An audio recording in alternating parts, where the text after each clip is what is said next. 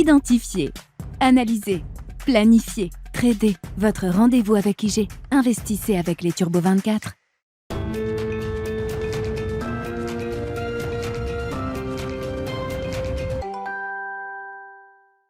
C'est parti pour Smart Bourse, votre double dose quotidienne de marché en direct sur Bismart. Chaque jour à la mi-journée, 12h30, 13h. Et en fin d'après-midi, la grande édition pendant 1 heure à partir de 17h en direct, rediffusée à 20h sur Bismart TV. Émission que vous retrouvez chaque jour en replay sur bismart.fr et en podcast sur l'ensemble de vos plateformes. Au sommaire de cette édition de la mi-journée, le chiffre du jour attendu en début d'après-midi qui concerne le marché du travail américain. Nous aurons donc la publication de l'emploi américain pour le mois de novembre avec la possibilité de voir un chiffre de création d'emplois qui serait inférieur à 200 000. Ça reste beaucoup, ça reste des créations d'emplois, mais un chiffre sous les 200 000, c'est quelque chose qu'on n'a plus vu depuis longtemps maintenant aux États-Unis, depuis au moins 18 mois, et qui viendrait peut-être ainsi confirmer un début de ralentissement, de refroidissement du marché du travail américain, comme on a pu le voir à travers quelques indicateurs récents qui suggèrent effectivement qu'on entre peut-être dans une phase plus compliquée du point de vue du marché du travail américain, ce qui validerait au passage l'idée que la fonction de réaction de la Banque centrale américaine est en train d'évoluer. Après le rattrapage agressif à coût de 75 points de base, on passe désormais dans une nouvelle étape qui a été confirmée de manière très explicite par Jérôme Powell cette semaine, avec la perspective d'une hausse de taux de seulement 50 points de base lors du prochain meeting le 13 et 14 décembre prochain. C'est la saison des perspectives macro. Nous en parlerons avec Gilles Mouek, chef économiste d'AXA, qui sera avec nous en visioconférence. Perspectives macro pour 2023 et 2024, car il faut bien sûr considérer également l'année d'après. 2023 s'annonce comme une année de normalisation après tous les chocs qu'on a pu encaisser depuis 3 ans et les réponses aux chocs qui ont été apportés par les décideurs politiques et les banques centrales. 2023, normalisation, donc récession, désinflation, ce sont des mots qu'on va prononcer sans doute de plus en plus au cours des mois prochains, mais la vraie question reste de savoir et ensuite, c'est l'intérêt de regarder jusqu'à 2024 après cette phase de normalisation qui sera également une transition vers un nouveau régime de croissance. Quel peut être ce régime de croissance désormais après 20 ans de soutien monétaire et budgétaire? Sans doute que les recettes seront un peu différentes pour la suite. Nous en parlerons donc dans quelques instants. Et puis nous ferons le point également cette fin d'année sur le marché immobilier à travers le crédit immobilier qui avait plutôt bien résisté jusqu'à l'été. Et désormais, effectivement, avec des taux d'emprunt qui ont encore pris 10-15 points de base au mois de novembre, on est à 2,25 en moyenne pour un emprunt à 20 ans et plus, et un taux d'usure relevé, certes, mais de manière marginale à 3,05%. On comprend bien que l'offre commence à être de plus en plus contrainte et la production de crédit s'effondre en cette fin d'année avec des baisses de 35% accusées au cours des derniers mois. Nous ferons le point avec un spécialiste, Ludovic Usieux, cofondateur d'Artémis Courtage, qui sera avec nous en plateau pendant cette demi-heure.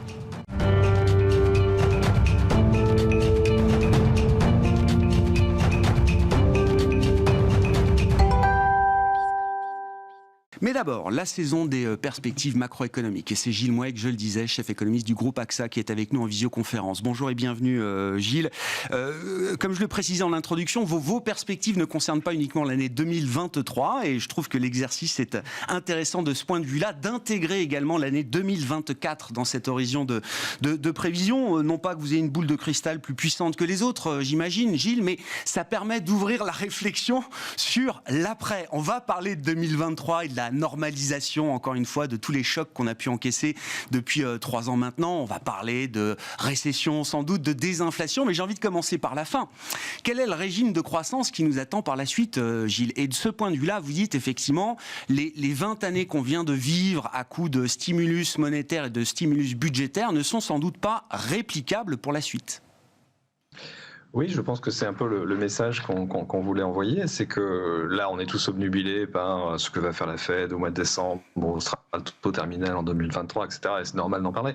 Mais pour moi, la vraie question qui va se poser, c'est quelles seront les capacités des politiques économiques de soutenir la demande à moyen terme, donc une fois qu'on sera sorti de cet épisode inflationniste de 2023, alors que la croissance potentielle, elle, ne montre pas de signes évidents d'accélération, c'est le moins qu'on puisse dire.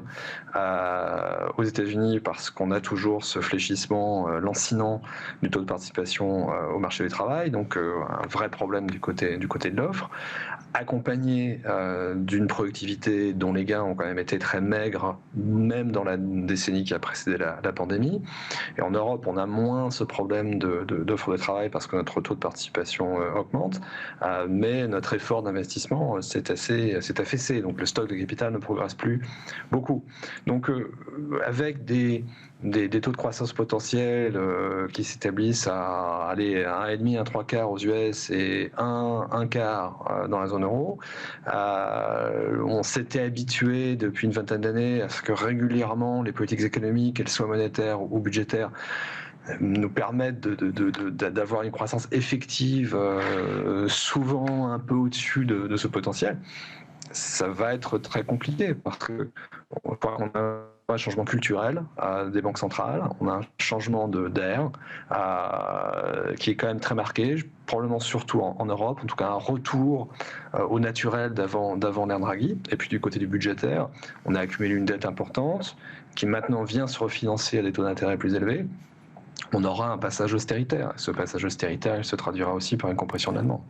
C'est forcément, quand on a une réflexion sur l'horizon 2024, Gilles, forcément, elle est guidée par les risques et les risques négatifs.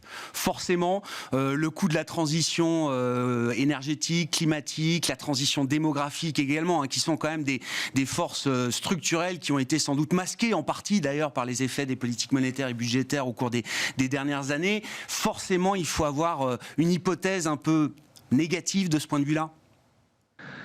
Oui, c'est-à-dire que du côté de la transition énergétique, et pour qu'on soit clair, j'y suis absolument favorable et je pense qu'il n'y a pas d'échappatoire à cette transition énergétique, cette transition écologique, mais je pense qu'il faut sortir d'un discours un tout petit peu irénique qui a dominé quand même pendant une quinzaine d'années, discours irénique qui expliquait que cette transition, c'était une chance pour la croissance, que ça allait permettre de développer tout un tas d'opportunités d'investissement. C'est vrai, il y aura plus d'investissements pour financer la transition, et on le voit avec le programme de génération européen, on le voit avec le programme de réduction de l'inflation de Biden. Mais on a aussi un phénomène important, c'est le fait que à marche forcée, on est en train d'utiliser de plus en plus de technologies nouvelles, vertes, décarbonées, mais souvent chères, et on est en train de rendre obsolètes de manière accélérée des technologies certes brunes, mais qui étaient arrivées un peu en fin de cycle de vie et qui étaient extraordinairement bon marché. Et ça peut faire remonter le niveau général des prix, et c'est l'une des raisons aussi qui peut conduire les banques centrales à maintenir une approche qui sera peut-être structurellement plus dure que celle qu'on a eue depuis 20 ans, au-delà du choc inflationniste actuel. Bon, ce concept de greenflation, effectivement, qu'on retrouve notamment dans les propos d'une Isabelle Schnabel au board de la Banque Centrale Européenne.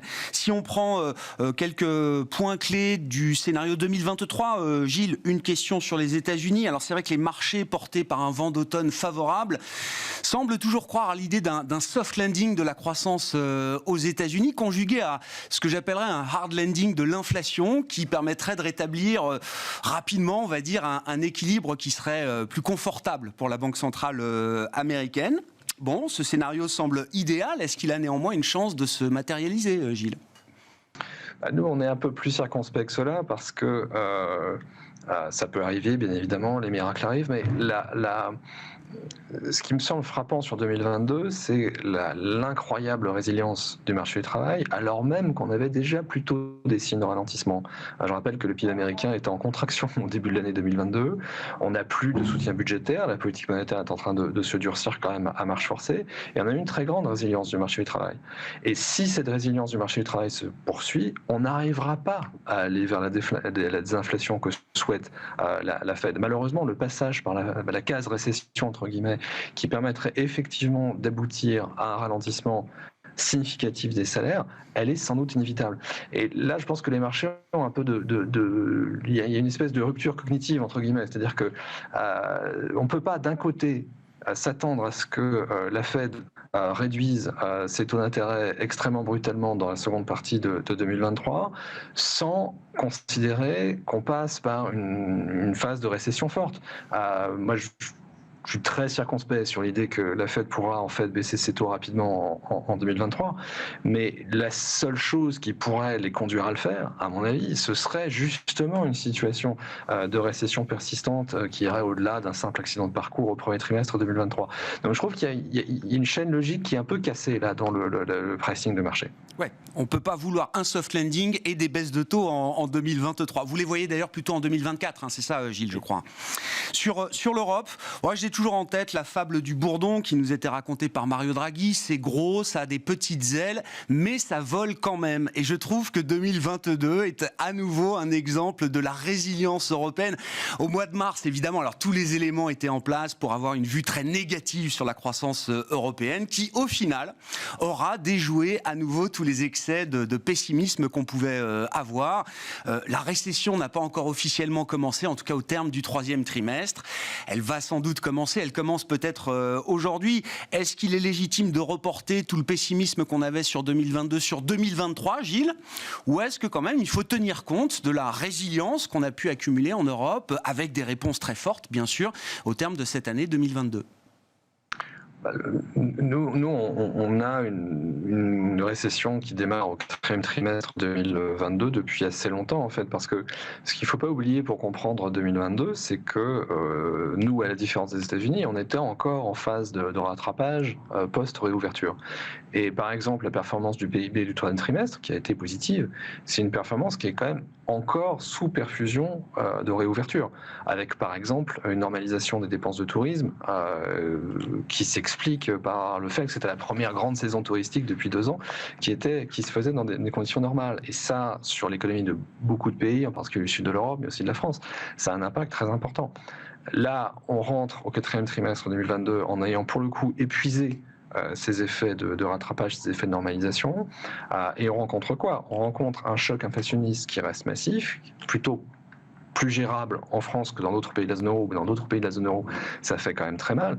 Et certes, il y a une réponse de la politique budgétaire qui est très accommodante, qui permet d'amortir pas mal de chocs, mais l'amortissement à 100% me semble hors de portée. On a une telle ponction sur le pouvoir d'achat des ménages qu'on verra de toute manière, à mon avis, une contraction de la consommation à un moment en 2023 et qui peut même d'ailleurs avoir déjà commencé au quatrième trimestre 2022. Donc une récession qui commence en ce moment en Europe, qui peut devenir endogène à un moment, Gilles, ou est-ce que c'est une récession qui reste, j'allais dire, dans les schémas qu'on peut connaître traditionnels, standards ? La différence avec ce qui se passe aux États-Unis, on a une récession voulue, on a une récession organisée, orchestrée par la Fed, entre guillemets. Mais ça, c'est un élément de confiance parce que, on a déjà vu ça, c'est relativement traditionnel, en tout cas pour ceux qui ont plus de 45 ans. 2, c'est sous contrôle, entre guillemets, c'est-à-dire que la Fed peut régler plus ou moins rapidement le degré d'effort, le degré de restriction, alors que dans la zone euro, les choses sont un peu hors de contrôle, au sens où notre problème majeur, à savoir l'approvisionnement énergétique, est quelque chose qui échappe complètement à l'action des pouvoirs publics. Donc nous, notre scénario de base, c'est que oui, c'est une récession relativement limitée dont on sort assez vite à partir de l'été 2023, lorsque l'inflation commence à redescendre, lorsque le pouvoir d'achat des ménages retrouve des couleurs. Le risque, malheureusement, c'est un risque à la baisse, ce que vous appeliez cette récession persistante. Ce risque à la baisse, ce serait par exemple que l'on découvre à l'orée de l'hiver 2023-2024 qu'on n'a pas résolu la question énergétique, que par définition, s'il n'y a pas de changement rapide, eh bien, nous ne pourrons pas compter sur de l'approvisionnement russe pour reconstituer une partie des stocks dans la première moitié de gaz dans la première moitié de 2023. Et ça peut se traduire par une tension nouvelle, une nouvelle vague de pression sur les prix à la fin 2023, début 2024. Donc là, c'est ça l'élément pour moi le plus compliqué dans cet exercice de prévision de fin d'année. C'est ce fait qu'on est tous obnubilés par la difficulté à passer l'hiver 2022-2023 sans rationnement de gaz en Allemagne, sans rupture de courant en France à cause de la corrosion des centrales. Mais 2023-2024, cet hiver-là peut être compliqué aussi. À propos d'énergie, Gilles, une dernière question sur la Chine. Comment est-ce qu'on réfléchit, sur quel type d'hypothèse on travaille quand on réfléchit à la question chinoise pour 2023 ? Et est-ce qu'un rattrapage, voire une reprise économique en Chine, est souhaitable pour la Chine sans doute, mais d'un point de vue occidental, j'entends ? Alors c'est toujours compliqué et ambigu parce que si le rattrapage de la Chine intervient trop rapidement et se traduit par une pression sur la demande globale, lorsqu'on est en phase inflationniste, c'est pas forcément une très très bonne nouvelle. Mon sentiment, cela étant, c'est que si tout se passe bien, on aurait un redémarrage franc de l'économie chinoise, disons la deuxième partie de 2023, alors que du côté américain et européen, on sera déjà dans une phase de désinflation. Donc la pression qu'exercerait ce retour de la demande chinoise sur les marchés globaux interviendrait à un moment où on peut le gérer en termes de choc inflationniste. Donc ça, c'est le scénario favorable qui se fonde sur quoi ? Qui se fonde sur l'idée que je crois qu'en Occident, on a une vision parfois un peu trop exclusivement politique de la gestion de la pandémie en Chine. Il y a aussi un vrai problème de santé publique, et ce problème de santé publique, c'est le fait qu'il y a toujours un taux de vaccination plus faible chez les personnes âgées en Chine qu'en Occident. Si effectivement les mesures qui ont été annoncées il y a quelques jours, une accélération du programme de vaccination intervient dans les mois qui viennent, là on peut aller effectivement vers une réouverture de l'économie chinoise plus franche, qui se traduirait par davantage de demandes, et encore une fois, à un moment où, du côté de l'inflation, on pourra gérer ce choc de manière plus confortable qu'aujourd'hui. Bon, une question de timing. Avant tout, le timing, c'est crucial. Merci beaucoup, Gilles. Gilles Mouek, qui était avec nous pour cet éclairage macro, avec un horizon 2023 et 2024. Il faut déjà regarder le coup d'après, également l'après-normalisation qui est attendue en 2023. Chef économiste du groupe AXA, qui était avec nous en visioconférence.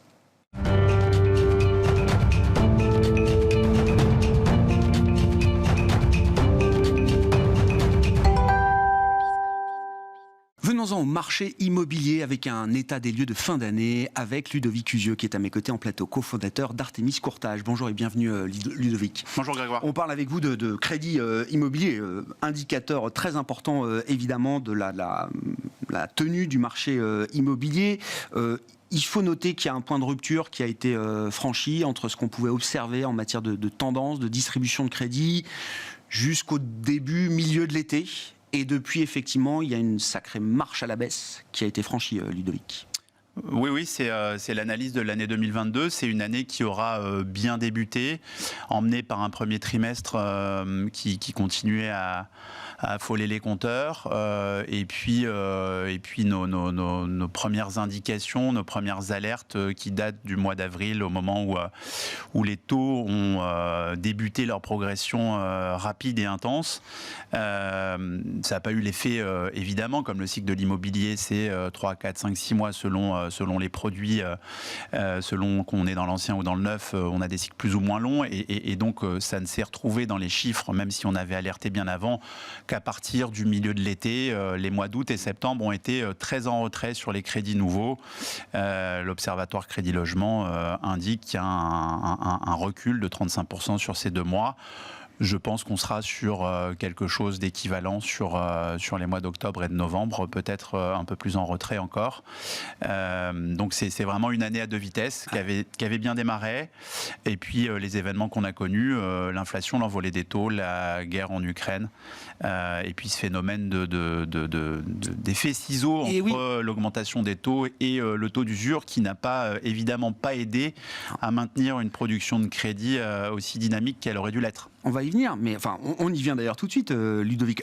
On peut s'interroger sur la demande, effectivement, dans un contexte d'incertitude, de manque de visibilité pour certains projets immobiliers. Mais c'est sur l'offre, désormais, qu'on a un véritable problème avec cette question du taux d'usure, alors qui a été relevé marginalement, qui sera peut-être ajusté encore au 1er janvier prochain. Néanmoins, je le disais, on est à 2,25 maintenant en moyenne sur 20 ans pour le crédit. Le taux d'usure est à 3,05. Le coût de l'emprunt a encore pris 15 points de base en un mois, entre octobre et novembre. Et là, il n'y a plus d'offres. C'est de plus en plus compliqué. Alors, c'est une France à deux vitesses. On en parlait avant de préparer cette émission. Il y a des régions dans lesquelles certaines banques régionales ou mutualistes tiennent le haut du pavé et tiennent surtout leur rôle d'acteur économique local et continuent à prêter à des conditions qui sont probablement un peu éloignées de leurs conditions de refinancement, mais continuent à le faire. Et puis d'autres régions, dont Paris-Île-de-France, où c'est plus compliqué. L'accès au crédit est quand même plus difficile qu'il ne l'était il y a un trimestre ou deux. Vous évoquiez 2,25 en moyenne sur 20 ans. Alors, vous avez raison, mais c'est le taux du moment où on se parle. Ce ne sera pas le taux de demain ou d'après-demain. C'est-à-dire que ça augmente quasiment à la quinzaine en ce moment et que la durée d'emprunt moyenne, elle se rapproche de plus en plus de 25 ans. C'est déjà au max. Voilà, on est déjà au max parce que c'est 25 ans dans l'ancien, norme HCSF, 35% d'endettement et des crédits qui ne peuvent pas dépasser 25 ans. On s'y rapproche. Chaque mois qui avance nous fait nous approcher de ce hard stop et cette limite haute.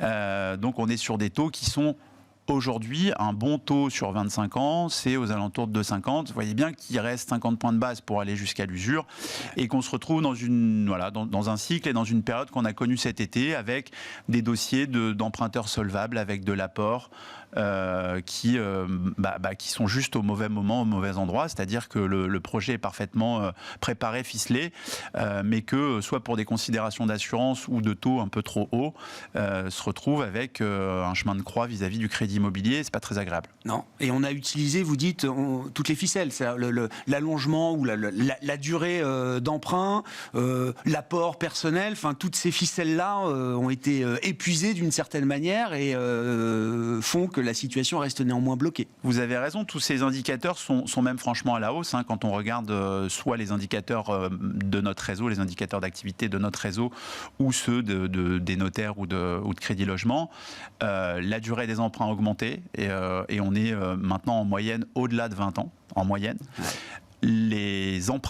Les apports ont augmenté aussi et on fait appel effectivement à la solidarité familiale. On demande de l'argent à droite à gauche qu'on s'engagera à rembourser plus tard pour diminuer un petit peu la facture.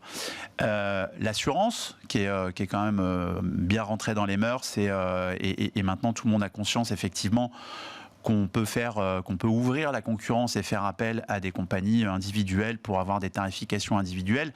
Tous ces leviers-là, on les a actionnés. On est plutôt là, on est en fin de créativité et d'artisanat sur tout ce qu'on pouvait actionner pour faire sortir un dossier du bon côté de l'usure. Après, c'est conjoncturel ce taux d'usure. Il se réapprécie tous les trimestres. C'est trop long comme cycle, mais il se réapprécie tous les trimestres d'un tiers par rapport à la moyenne des taux qui ont été décaissés le trimestre précédent. Et là, on est arrivé sur 3,05. Donc, à chaque fois qu'on va en valeur absolue augmenter d'un tiers la moyenne du trimestre précédent, on va quand même se donner des bouffées d'oxygène de plus en plus importantes.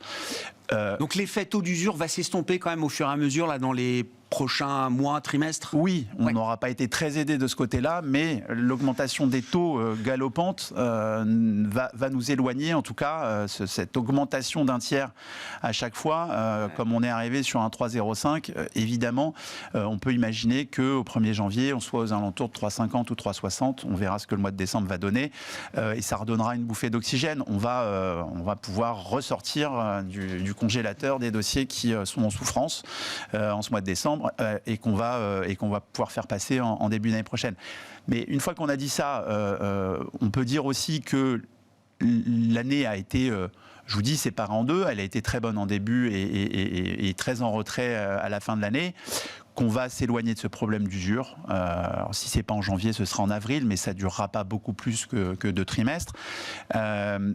Néanmoins, sur un an, on aura multiplié par 3 les taux moyens sur 20-25 ans et poindra peut-être à ce moment-là un problème qu'on a mis un peu sous le tapis, ou en tout cas qui s'est fait dépasser par le taux d'usure au terme des grandes nouvelles, c'est le taux HCSF, les 35%. Taux d'effort. Le taux d'effort, c'est-à-dire vos charges sur vos revenus qui ne doivent pas excéder 35% assurance comprise, dont on ne parle plus depuis 9 mois parce que le taux d'usure lui a damé le pion.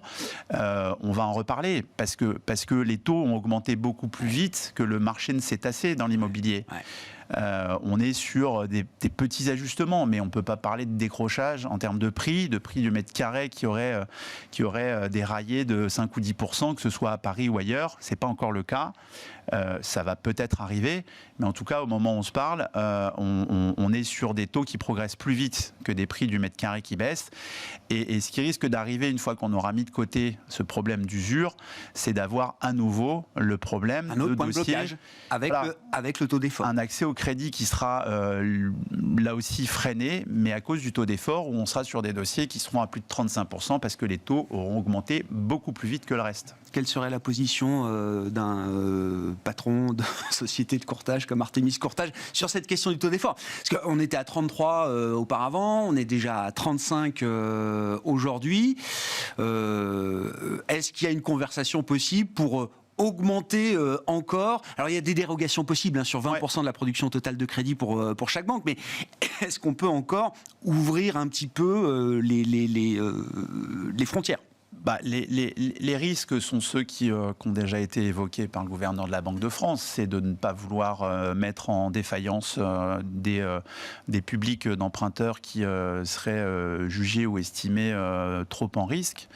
Je rappelle quand même qu'on a un système bancaire qui est sur le crédit immobilier très peu défaillant et parmi les taux de défaillance les plus faibles d'Europe, un système qui est à taux fixe. Une responsabilité des banques qui n'est plus à démentir. Les banques ne font pas n'importe quoi avec ce taux d'endettement. Probablement qu'il faudrait peut-être plutôt penser, plutôt qu'à augmenter ce taux de charge, parce que 35%, c'est quelque chose qui est finalement assez cohérent. C'est plutôt penser sur un trimestre ou deux à un taux d'exception, c'est-à-dire de dossiers qui peuvent être débloqués par les banques. Un peu plus élevé. Voilà, un peu plus élevé. On est sur 20%, peut-être que 25 ou 30%. Ça pourrait mettre un peu d'huile dans les rouages, parce que je vous dis, le marché s'est quand même contracté assez violemment sur les mois d'août et mois de septembre, et quand on est en retrait comme ça de 35% sur 2 mois, faire le chemin dans l'autre sens, ça veut dire qu'il faut reprendre 50%. C'est 2 fois plus d'efforts. Oui. C'est 2 fois plus d'efforts, et ça se fera pas en un mois ou deux. On est vraiment en retrait, et on attend les chiffres du mois de novembre, octobre-novembre seront probablement du même acabit. Donc c'est un marché qui a bien résisté malgré tout en 2022, mais qu'il faut vraiment séquencer en 2 périodes. Le premier semestre cache quand même les difficultés qu'on a rencontrées au deuxième semestre, et on se prépare à un début d'année qui sera pas beaucoup plus facile. Donc ce serait bien de mettre toutes les chances de notre côté pour pouvoir être un petit peu plus liquide qu'on ne l'a été en cette fin d'année. Les discussions entre l'industrie immobilière au sens large, les banques et le régulateur sont loin d'être terminées. Je reviens pour finir, Ludovic, sur ce que vous avez évoqué là, ce morcellement géographique que vous observez à travers le réseau d'Artemis Courtage en matière de distribution de crédit. Il y a des régions qui sont encore très dynamiques, et puis une région comme Paris qui cale. Est-ce que Paris reste un marché leader de ce point de vue-là? Ce qu'on observe à Paris aujourd'hui, est-ce qu'il faut imaginer que ça arrivera aux régions qui restent dynamiques aujourd'hui, ou est-ce qu'il y a un découplage qui est en train de se mettre en place de ce point de vue-là? Non, je ne pense pas. On observe ça tous les jours. On regarde nos indicateurs d'activité avec beaucoup d'attention, et aujourd'hui plus qu'hier, évidemment. Je pense que c'est... que le marché parisien et francilien est effectivement un peu différent. Il a mené tous les réseaux, dont le mien, pendant des années et des années. Aujourd'hui, il est plus en retrait parce qu'il n'y a pas de banque leader qui se dégage avec de grosses parts de marché. Toutes les banques se font concurrence aux alentours de, selon les catégories d'emprunteurs, à 8, 10, 12%. Et les banques arrêtent d'autant plus facilement, temporairement, leur production de crédit que quand elles ont une responsabilité locale plus importante, avec des parts de marché plus importantes, comme ça peut être le cas en Bretagne ou de l'autre côté, Alsace-Lorraine, avec certaines banques mutualistes qui ont des parts de marché importantes, des réseaux forts, et qui répondent quand même à la demande, même si c'est au détriment de quelques points de base sur leur marge ou leur refinancement. Comme on n'est pas dans ce cas de figure-là sur Paris, c'est plus facile pour une banque de stopper temporairement la production. Les banques ont une responsabilité économique ou sociétale plus importante probablement dans certaines régions, et c'est ce qui tient aussi le marché du crédit immobilier dans ces régions, et pour le coup, c'est aussi très agréable. Et tant mieux pour elle. Oui, Oui, non, mais pour elle voilà. et pour les emprunteurs qui peuvent aller au terme de leur projet, ce qui devient un sport un peu compliqué et extrême en ce moment. Merci beaucoup Ludovic pour cet éclairage de fin d'année sur la dynamique de l'immobilier et du crédit immobilier. Ludovic Usio était avec nous en plateau, cofondateur d'Artemis Courtage.